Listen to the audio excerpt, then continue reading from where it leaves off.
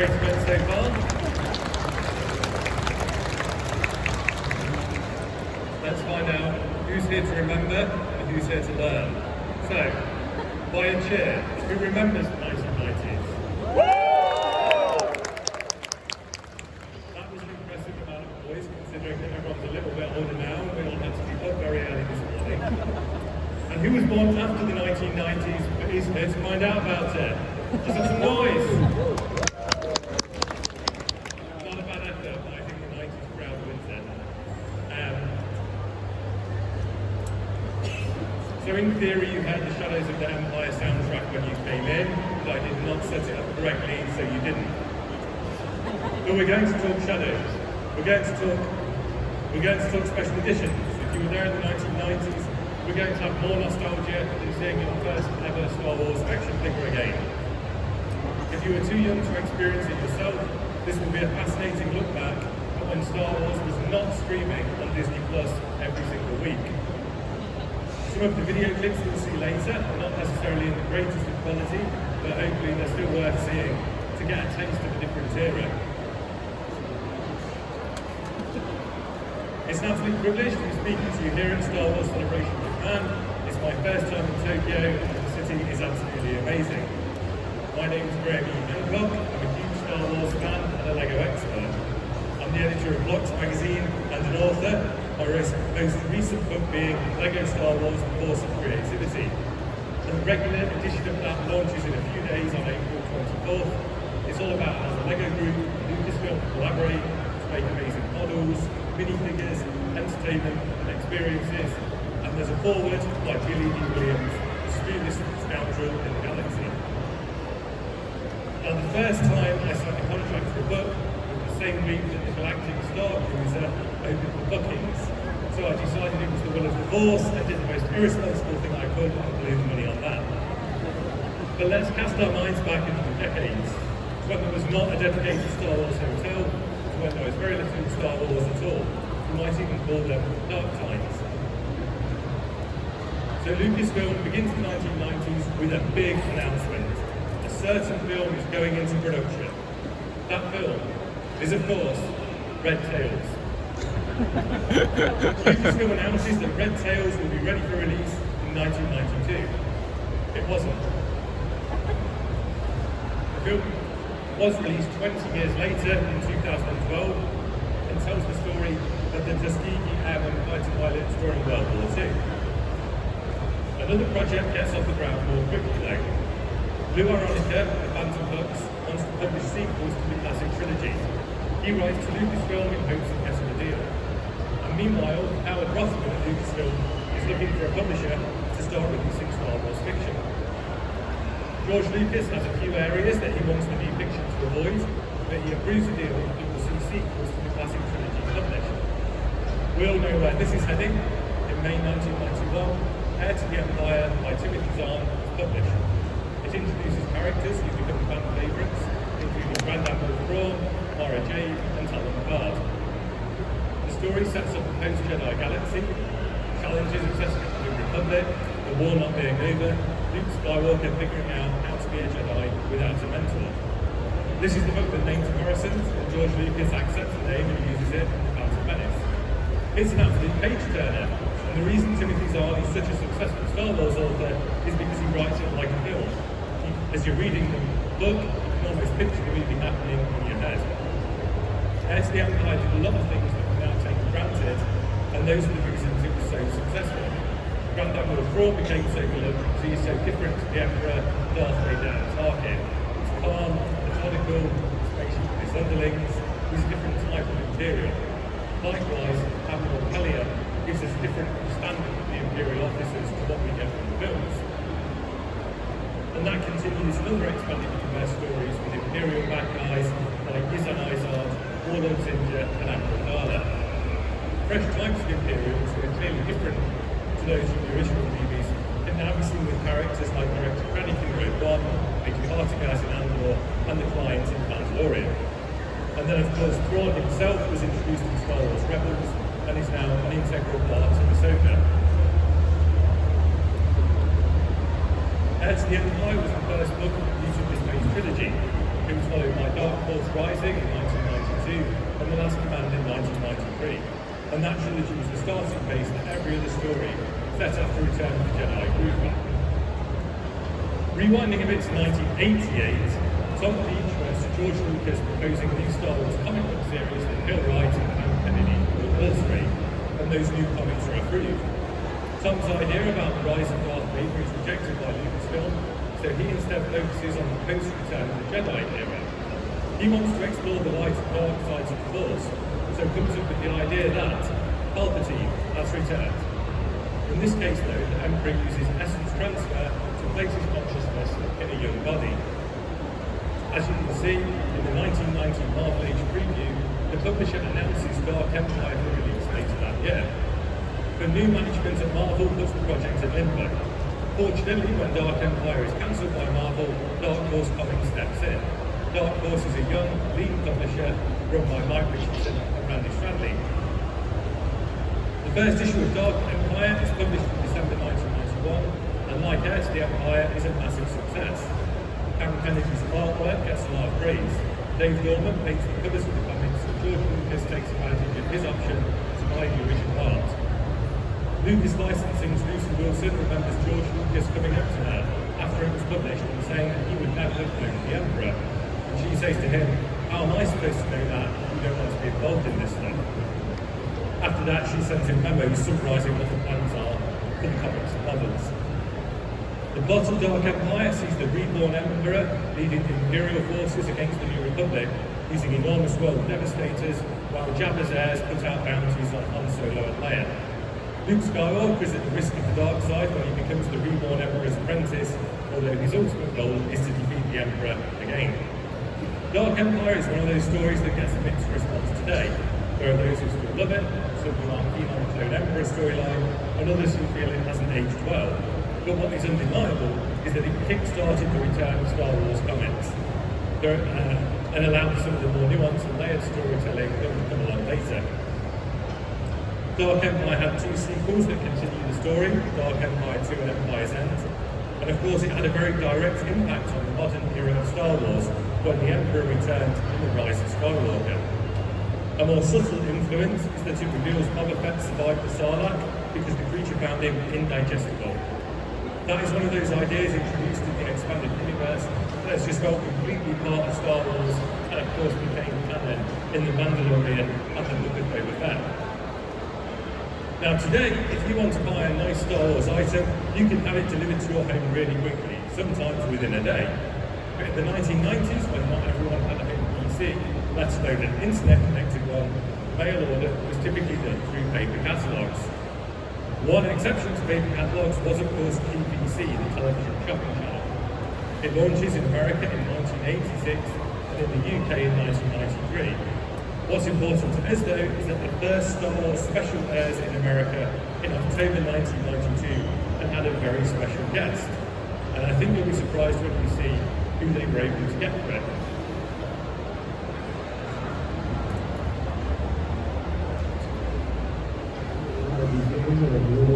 Very definite end. You know, it was all self-contained that way, and much like Frank Thomas, he's created this universe now. You know, the Tin-Man and Dorothy and the Scarecrow, they weren't in every movie of ours. He created the environment, and now he has just, you know, so many ways he could go. And really, you know, like I say, it was how we get in the middle and end. And my choice now is, you know, you wouldn't want to see now. We could be out together meditating, and Han and Leia at this point probably arguing over orthodontic skills. You know, Jerry, all that because, you know, Star Wars is the time when we all now with the politics and the future and so forth, and, you know, we're all grown up now and married and facing the real world, so, I still think, you know, that's not, especially the era of the Empire, was number one when we go trying to go forward. I wouldn't be surprised, based on that success and based on the way the Star Wars continues, I wouldn't be surprised to see maybe a really good time. Would you be, Is that going to happen? Do you want to? Well, it won't happen because the whole idea is to make it multi-generational. Now, it'll show you what led to Star Wars. I mean, it's very, you have a specific plan for it. So, fortunately, I wouldn't have to make that choice. It won't happen. Yeah, Mark Hamill himself appeared on QVC for the 2-hour special. You could order a signed Mark Hamill print for $91.50 or 3 easy payments for $30.50. Star Wars specials will become commonplace on the channel, with collecting guru Steve Sansweet regularly appearing to lend his Star Wars expertise to the proceedings. Now, this video game looks very quaint to those that would come later in the 90s, but in 1992, Super Star Wars is released on Super Nintendo. This is a side-scroller that sees you playing through the original movie arcade style. It's a very addictive game and also a very brutal one. Luke Skywalker is not a friend to various creatures that live on Tatooine, including the poor old Jawas. And you don't want to be having a drink in the cantina that day, because the chances are your day ends up with Luke or Chewbacca killing you. Super Star Wars was well received and sold well, with sequels released for Empire and Jedi in 1993 and 1994. We're not going to spend long on the Glove of Darth Vader. This strange book was the first in a series for young readers, and it was an alternate take on the post-return of the Jedi era. I'll just sum it up with some of the characters and situations. The new leader of the Empire will wear the indestructible right-hand glove of Darth Vader. The Emperor has a 3-eyed son named Trioculus. I promise I'm not making that up. It turns out that Trioculus is an imposter, and the Emperor's real 3-eyed son is called Triclops. Promise I'm still not making it up. Zorba the Hutt is Jabba's father and has hair. Lando owns an amusement park called Hologram Fun World.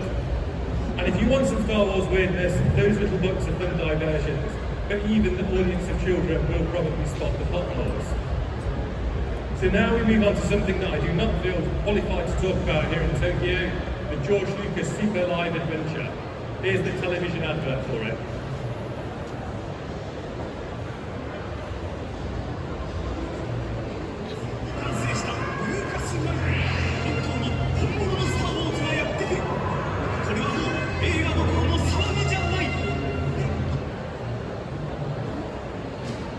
There's always been a huge audience for Star Wars here, and in the late 1980s, George Lucas was the spokesperson for Panasonic, giving him a lot of name recognition.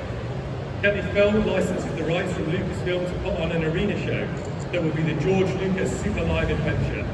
TV companies financed the multi-million-dollar production. This is a gigantic arena show with enormous sets based on all of the Lucasfilm movies. Somehow it combines Star Wars, Indiana Jones, Willow, American Graffiti, and Tucker, the man and his dream. To make that work, the show focuses on the idea of the hero, using the Joseph Campbell mythology that Lucas drew on in Star Wars. An actor planted in the audience will be randomly selected early in the show. She would then go through each of the movie sequences that the show recreates, looking for a hero to fight the ultimate evil. And by the confrontation with Darth Vader, she realises that she is the hero of the story. There was a cast and crew of 100 and enormous set pieces, including specially designed inflatables. What's amazing though is that it was planned and rehearsed in the US before everything was shipped out to Japan. The show opened to 10,000 people and went on a 5-month tour. It was very successful with lots of merchandise sold on top of tickets. There were conversations about doing a worldwide tour, but the size of the stage and cost of putting it on meant that those talks never got very far, so it remains a unique piece of Star Wars history. And if you want to learn more about it, the university stage has a dedicated talk at 4:30 today. So, who liked flight simulators in the 1980s and 1990s? Flight simulators were super popular back then, and Larry Holland was working at LucasArts in the late 1980s, steering a World War II flight sim called Battlehawk 1942 through to release. In 1991, he joined Edward Kilhelm to work on what will become X-Wing. Because George Lucas based the Star Wars base battles on World War II dogfights, they don't have to make physics of it authentic to space, and it's a lot of fun. when the game launches in 1993, it's a bestseller and is critically well received. X-Wing was one of the first games to use 3D polygon graphics, and we'll see how that looked in the trailer for the 1994 CD-ROM edition. From the creators of Star Wars comes a thrilling new adventure game based on a blockbuster film series. Our TIE interceptors have located a rebel fleet orbiting the planet Okana. Excellent. Prepare the attack. Move our Star Destroyers within range and launch all TIE Fighter squadrons. At 1/3, the old rebellion has been crushed. The Jedi Knights exterminated.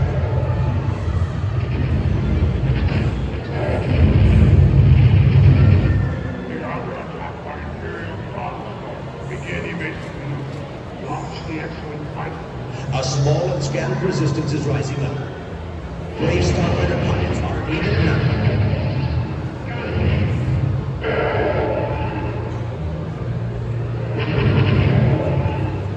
Destroy all containers and freighters to disrupt Imperial commerce. Be alert to the arrival of new ships. Withdraw if they are warships.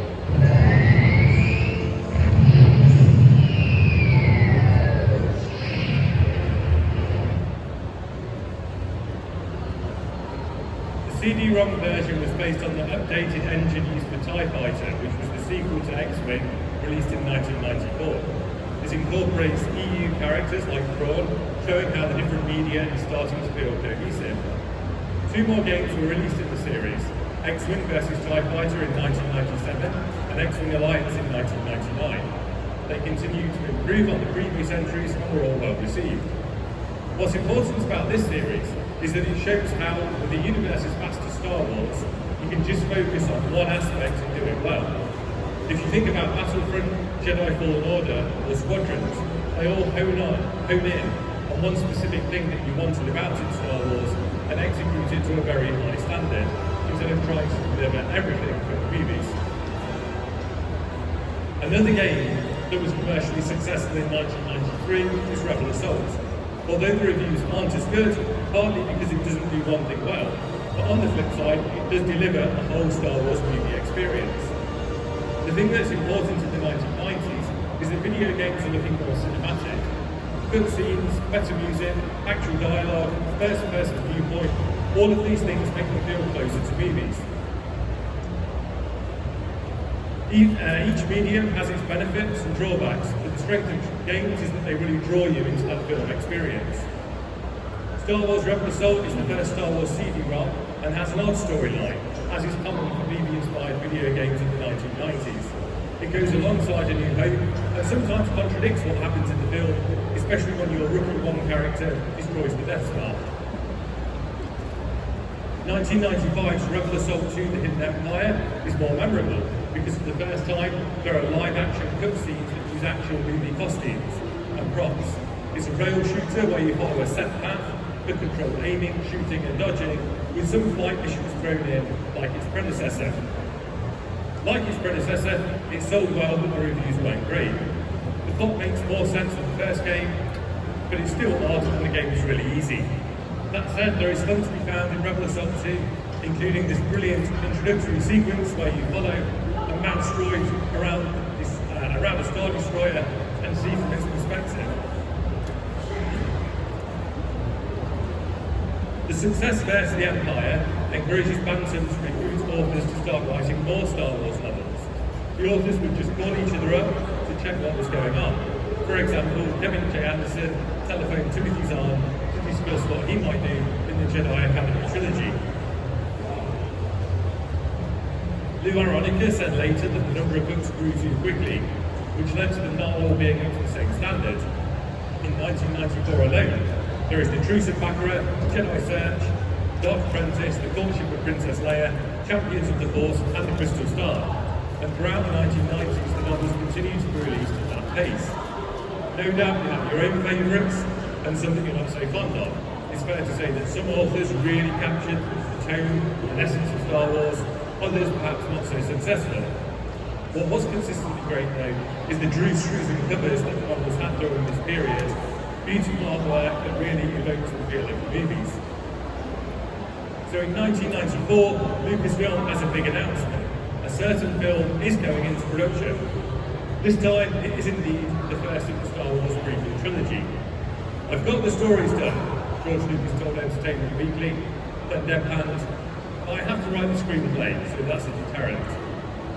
And this is a good moment to include a still from Beverly Hills Cop 3, in which George Lucas has a cameo. Moving swiftly on, the Lucasfilm Fan Club magazine becomes Star Wars Insider with issue 23. It's an indication of how Lucasfilm is moving back into the Star Wars business, and that is going to be the company's focus for the foreseeable future. Star Wars Insider is of course still published today.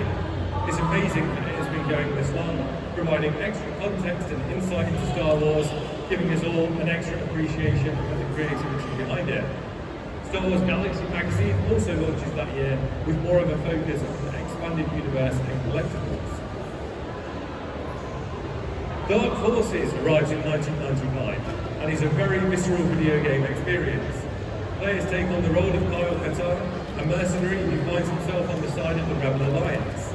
It starts off with a short mission to retrieve the Death Star plans before getting into the main story that's all about uncovering the Empire's Dark Troopers program. Of course, it doesn't look like much to modernise, but this was a really thrilling game at the time. It was inspired by Doom, the massively popular first-person shooter, because gamers have been modding levels of that to look like the Death Star. The developers built a whole new game engine for Dark Forces, allowing the player to have more control of the characters and for there to be really complex maps.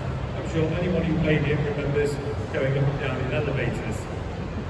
The Dark Troopers are the game's big threat, and as you progress through the story, you'll encounter more refined versions of the Empire's new robotic soldiers.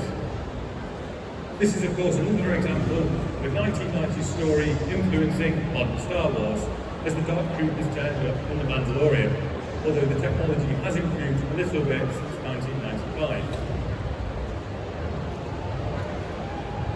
Canon notices Star Wars fever building again in 1994 and tests the water with die-cast figures.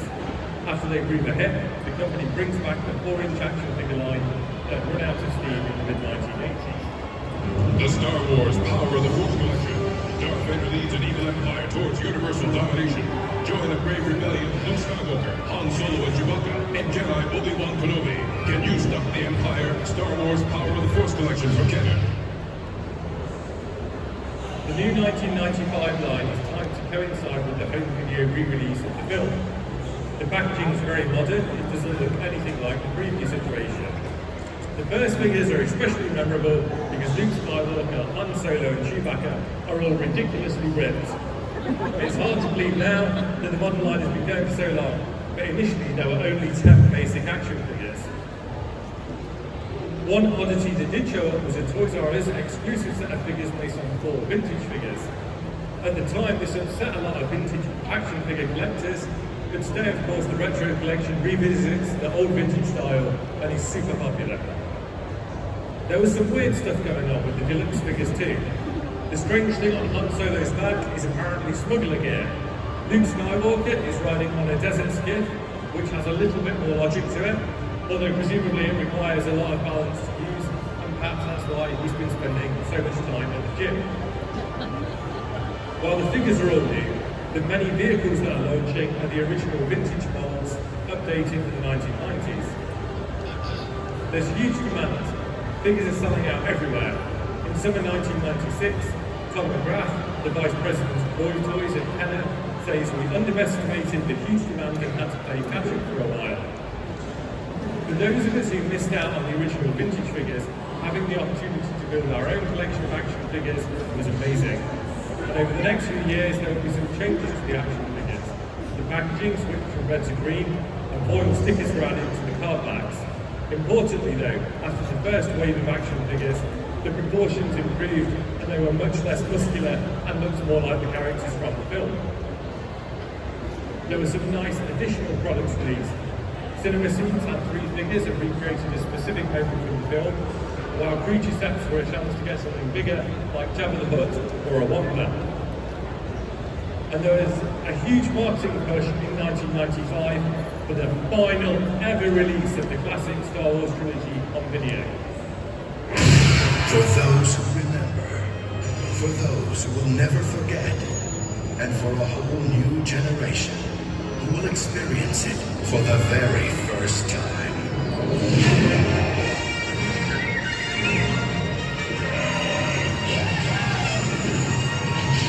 The Star Wars Trilogy. While you could be cynical and see this as a ploy to sell more videos, it was the first time that the Laserdisc THX digitally mastered versions were used for a VHS release. Bonus features were obviously only properly introduced with DVDs, but as usual, George Lucas was ahead of his time. There are short interviews with the maker himself at the beginning of each film, and it's serious art house George Lucas, because he's not wearing a plaid shirt, he's wearing a polo necktie.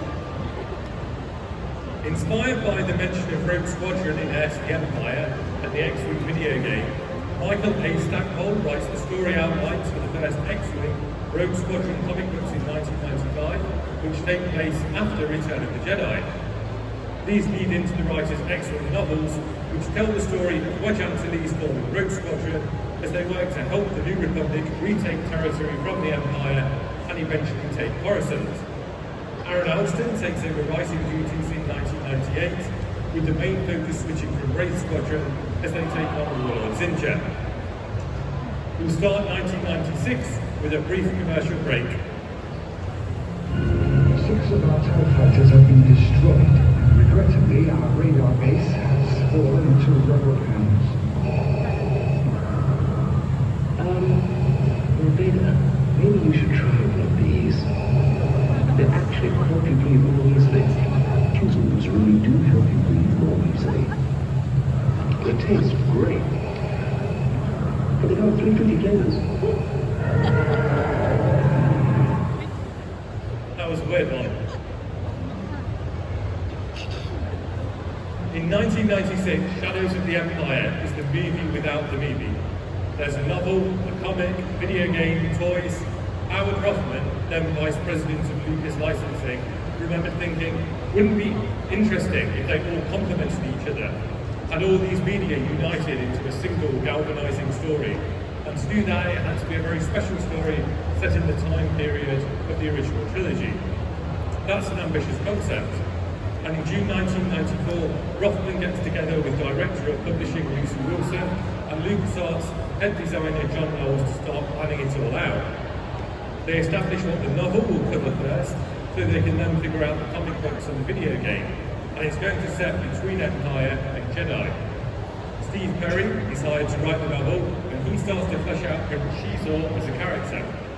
Because Han Solo is in carbonite at this point, the storytellers decide they need someone to fill in that role and be the video game's protagonist.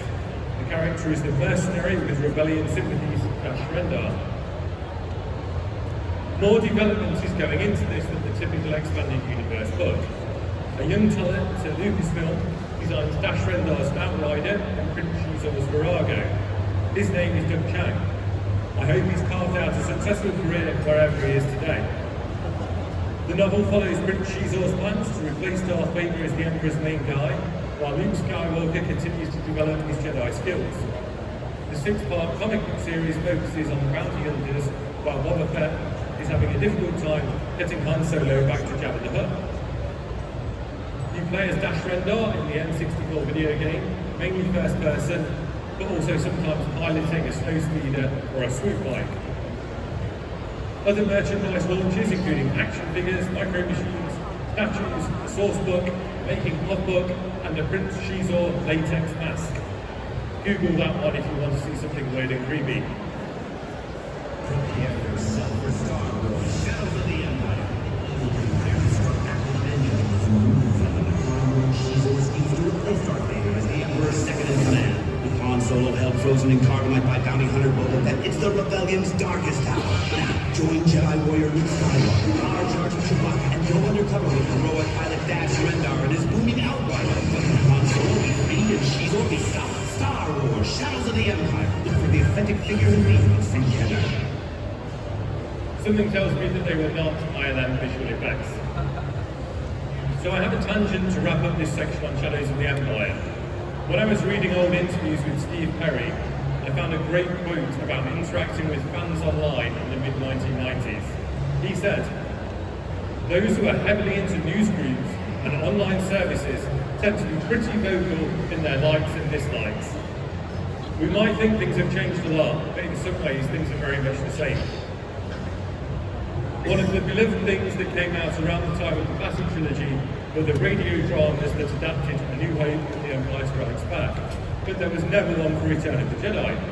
Until 1996, when high sales of those original radio dramas on cassette and CD leads Highbridge Audio to finally produce Return of the Jedi as a radio drama.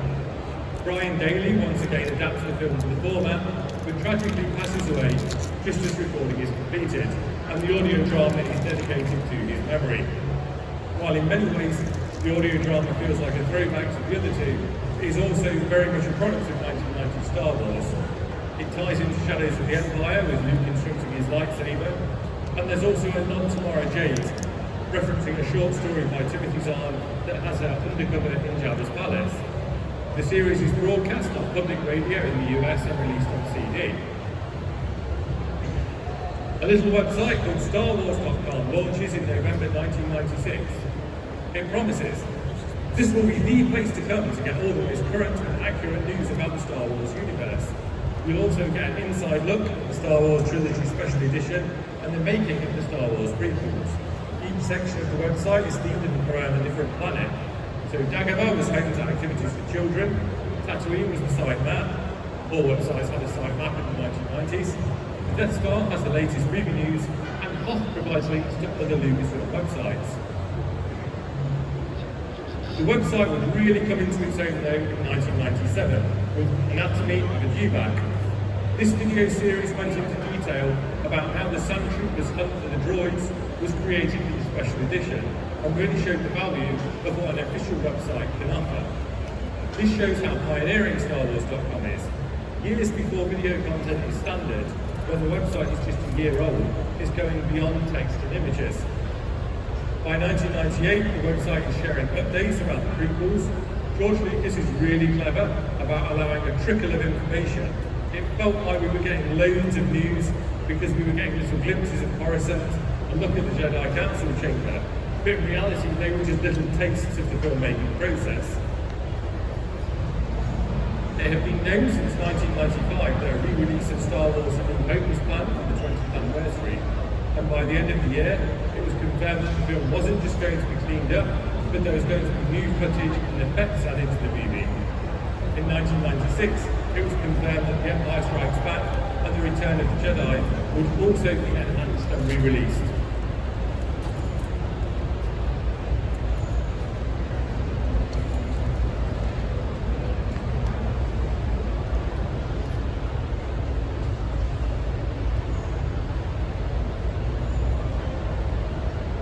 For an entire generation, people have experienced Star Wars the only way it's been possible, on the TV screen. But if you've only seen it this way, you haven't seen it at all. For its 20th anniversary, the adventure of a lifetime returns to the big screen. In a way you've never seen before. You won't stop us this time. Newly enhanced visual effects, VHS and digital sound, and a few leaves of rust. The Japanese are going to have to become senior 7. This January, George Lucas and 20th Century Fox invite you to welcome back Luke Skywalker, Princess Leia, Han Solo, Darth Vader, Obi-Wan Kenobi, Chewbacca, C-3PO, and R2-D2. The motion picture event the way it was meant to be experienced. It will be a day long remembered. As the entire Star Wars trilogy returns. On January 31st, Star Wars. On February 21st, The Empire Strikes Back. Then, on March 7th, Return of the Jedi. Move closer! For a whole new generation who have yet to experience it on the big screen. And for everyone else to experience it again.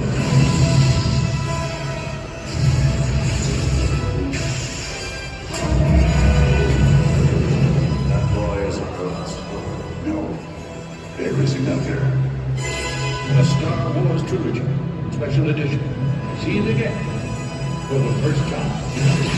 Force will be with you, always.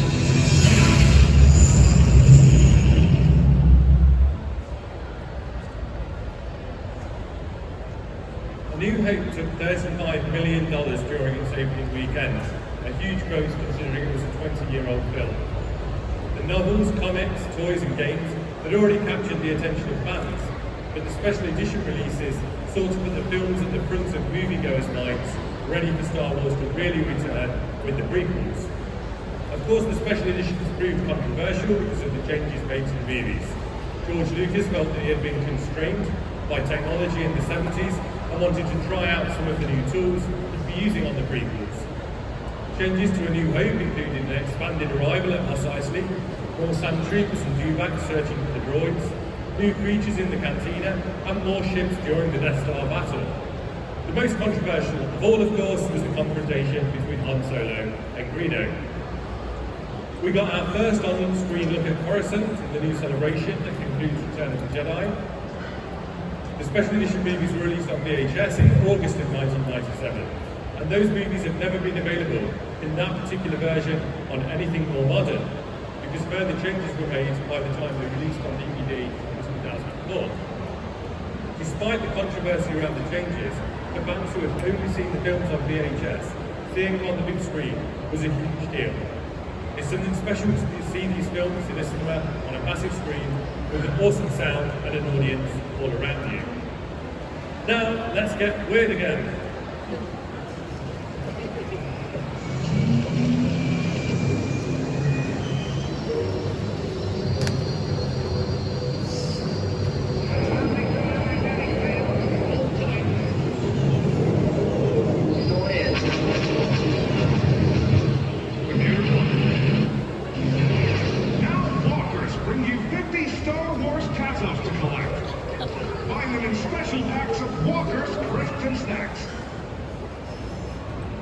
I couldn't resist bringing up Star Wars Tazos. Hopefully everyone got one when you came in. If you didn't, we'll sort you out at the end. And can we get a round of applause for April, who very kindly handed them out.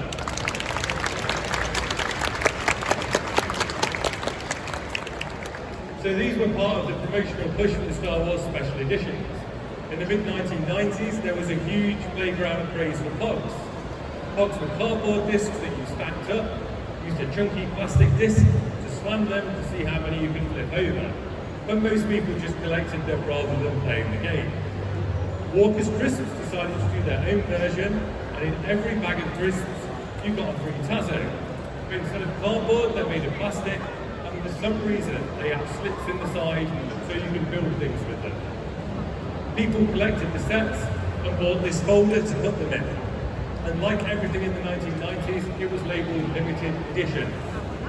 It's hard to believe how limited edition it was, because if you went to any flea market in the UK in the early 2000s, you could find a full folder of Star Wars Tazos for around £1 or 200 yen.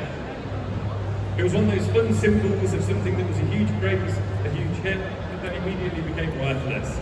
So that's why everyone has a Tazo as a souvenir of the weird collectibles that we had in the 1990s. Walker's was able to offer free Tazos because it was owned by Pepsi, who signed a $2 billion deal with Lucasfilm in 1996 to have promotional tie-ins with the special editions and the prequels. So this next clip speaks for itself. I'll hand over to the comedian Mike Myers to kick things off. It is my great honor to present tonight's Lifetime Achievement. This year's honoree has starred in some of the most beloved films of our time, and his name has become synonymous with the quiet strength and childlike dignity that his characters convey. I know this is a cliched thing to say, but I'm going to say it anyways. This guy is one of the reasons I became an actor. Ladies and gentlemen, I present to you the recipient of the 1997 Lifetime Achievement Award.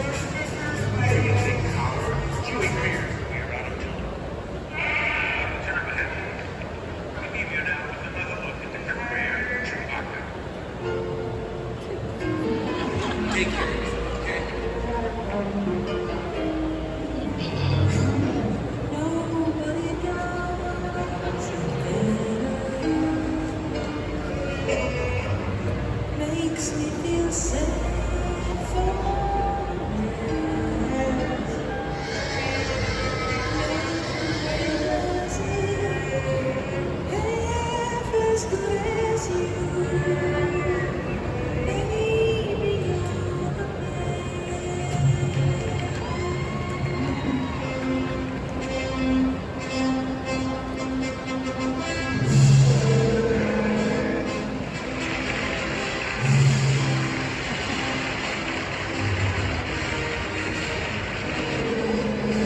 Ladies and gentlemen, please welcome Chewbacca!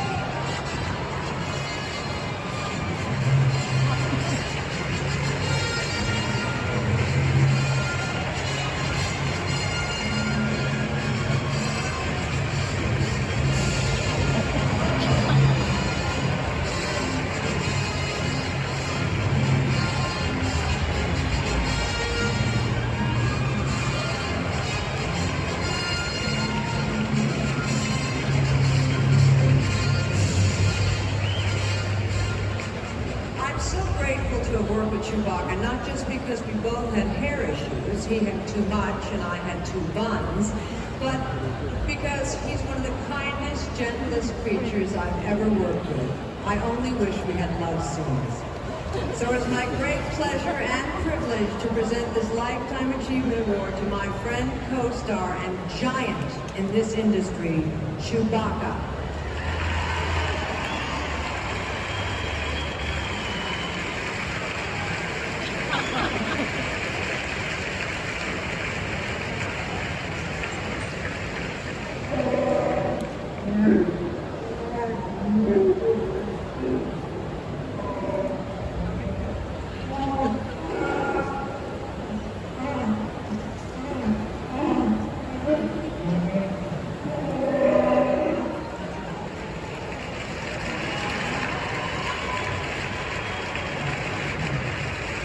I couldn't have said it better myself.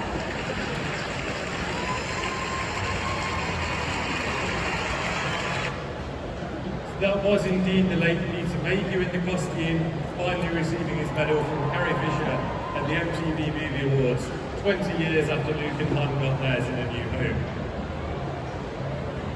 Several games were released in 1996. Jedi Knight is the epic sequel to Dark Forces that finds a plot contrivance to make Kyle Katarn a Jedi. That means players get to wield a lightsaber and take on Dark Jedi. And Dark Jedi were very common in the 1990s because the rule of two had not been invented yet. In the 2 years since Dark Forces, the quality of the gameplay is massively improved. And a fancy feature means that you can choose through your actions whether to walk the light path or the dark path, and the game has a different ending depending on which way you choose to go. Cutscenes of the game use live action actors on digital backdrops, and it's not hard to see the influence of Jedi Knight on Jedi Fallen Order and Jedi Survivor. Masters of Karakasai is released on the PlayStation and is basically a Star Wars take on Tekken. The game doesn't get great reviews, but as you can imagine, Star Wars characters going head-to-head is a pretty fun concept. Karakasai was lore from Shadows of the Empire and is referenced in Solo, a Star Wars story. The illustrated Star Wars universe is a beautiful full-colour book released in '97 with all new Ralph Makuhari artwork. It's absolutely incredible and worth tracking down as it fleshes out locations from the film. The illustrations are packed with detail and they send your imagination whirring about what's happening just outside the frame. With the expanded universe growing and a wealth of Western source books to draw on, Steve Sansweet writes what, at the time, seems like an enormous book. The Star Wars Encyclopedia was the go-to reference for any bit of Star Wars lore or trivia for many years, and an essential title on fans' bookshelves. That same year, an absolutely brilliant CD-ROM called Behind the Magic is released. Before we can get decent resolution online, this allows us to delve into the fictional world of Star Wars and the behind-the-scenes making of the movies. It's packed with videos and images, and importantly, gave us a first look at some of the deleted scenes from A New Hope. The advertising campaign for this was fun. Some of the slogans that we used are everything there is to know about stormtroopers, except why they never seem to hit anything. When we find out how Darth Vader avoided paying child support, we'll make an updated version. And no, it doesn't tell you how Han Solo understands what the the hell Chewbacca is saying. There's a little announcement in September on StarWars.com.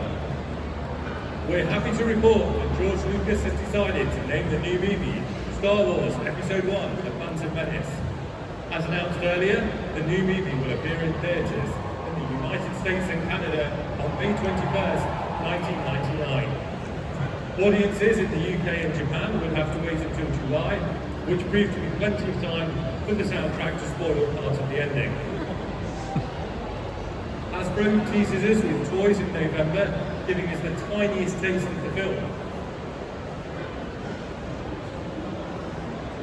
And on November 17, 1998, this innocent, crazy time of experimentation within Star Wars comes to its conclusion.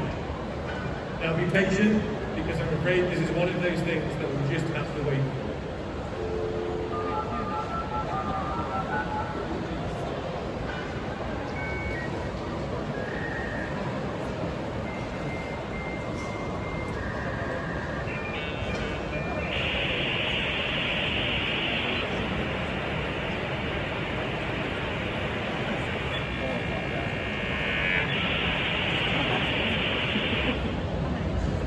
This is the day that everyone logs onto the internet, listens to that noise, and waits for hours and hours to download a 2-minute video clip. And that 2-minute video clip does not even fill your 15-inch monitor, it's just a tiny window. But this is your first glimpse at the first new Star Wars movie in 16 years, so it's got to be worth it.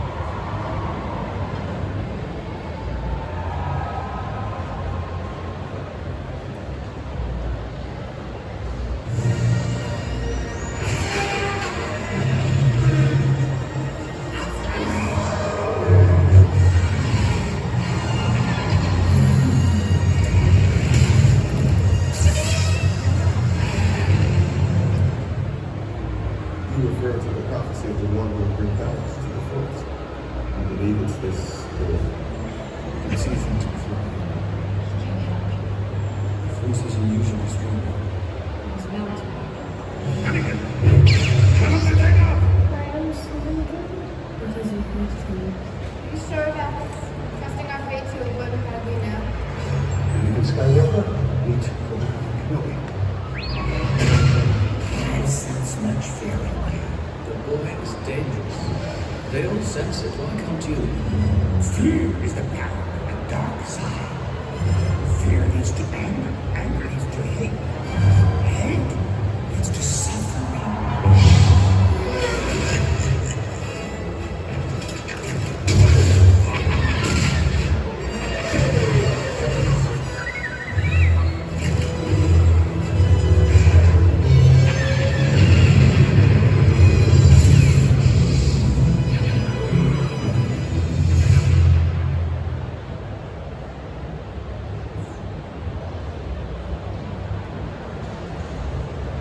While every saga has a beginning, that trailer marks the end of our look back at Star Wars in the 1990s. The next year and a bit is very much its own beast, quite distinct from the slightly quaint Star Wars that we've had for the past decade. Everything's all in on the Phantom Menace, with the hype train rolling right towards the film's release, and more merchandise coming than we could ever have imagined. To wrap up though, I'll just touch on why this was such a special time for those of us who were there, and why it is so important to Star Wars to this day. I'm sure that some of the backlash to the prequels was from people who had no clue that the novels, comics and games existed. If you'd already got involved with that content, if you'd already absorbed stories that went beyond the classic trilogy, then you were in a good position to take in new movies as well. The 1990s was the rebirth of Star Wars. Heir to the Empire and Dark Empire kicked it off. Video games helped bring in a new generation. Toys reminded everyone how powerful it is to tangibly hold an X-Wing or a TIE fighter. And of course, the special editions gave everyone the chance to see it on the big screen again. Characters, situations, and talented creators who arrived in this decade still have a profound influence on Star Wars today. After the dark time following Return of the Jedi, Star Wars could have easily remained something in the past, but the groundwork laid during the 1990s means that it has never gone away, and we can get together at an event as big as Star Wars Celebration. Thank you very much everyone for listening. I hope you enjoy the rest of Star Wars Celebration Tokyo.